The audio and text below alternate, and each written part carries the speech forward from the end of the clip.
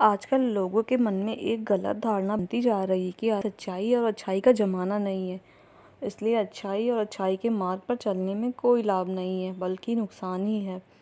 हमने तो कई लोगों को ये भी कहते हुए सुना है कि हम तो हमेशा धर्म के मार्ग पर चलते हैं, हम कभी किसी का बुरा नहीं सोचते, फिर भी हमें केवल दुख ही मिलता है और जो अधर्मी और पापी हैं वह सुख और खुशहाल जीवन व्यतीत कर रहा है। परंतु ज़रा सोचिए कि अगर सभी लोग ऐसा सोचने लगे तो समस्त संसार में अधर्म का अंधकार व्याप्त हो जाएगा।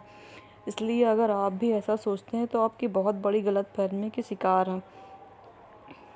देखिए, सबसे पहले तो आपको सुख दुख देखने का नज़रिया बदलना पड़ेगा, क्योंकि सुख और दुख आपके नज़रिए पर निर्भर करता है। आपकी नज़र में धन दौलत स्त्री पुरुष पद प्रतिष्ठा को प्राप्त करना ही सुख है, तो फिर आपके लिए इससे बड़ा दुख कुछ भी नहीं है, क्योंकि आप जिन भौतिक सुखों को जीवन का सुख समझ रहे हैं वह वास्तव में एक धोखा है, और इस धोखे से बाहर निकलने के बाद ही आपको परम सुख की अनुभूति हो सकती है। अज्ञानवश आप सांसारिक सुखों को जीवन का उद्देश्य बना बैठे हैं, जबकि आपके जीवन का मूल इन चीज़ों से कहीं ज़्यादा बड़ा है। इस संसार में अनेकों महापुरुष हुए हैं जिन्होंने धर्म के पालन करने के लिए जीवन भर दुखों का सामना किया। आपकी संतुष्टि के लिए हम आपको कुछ महापुरुषों के बारे में बताना चाहते हैं। ज़रा सोचिए, अगर जीवन में भौतिक सुखों का इतना ही महत्व होता तो भगवान राम राजसी सुख को छोड़कर अपने धर्म पालन के लिए वनवास का दुख क्यों सहन करते?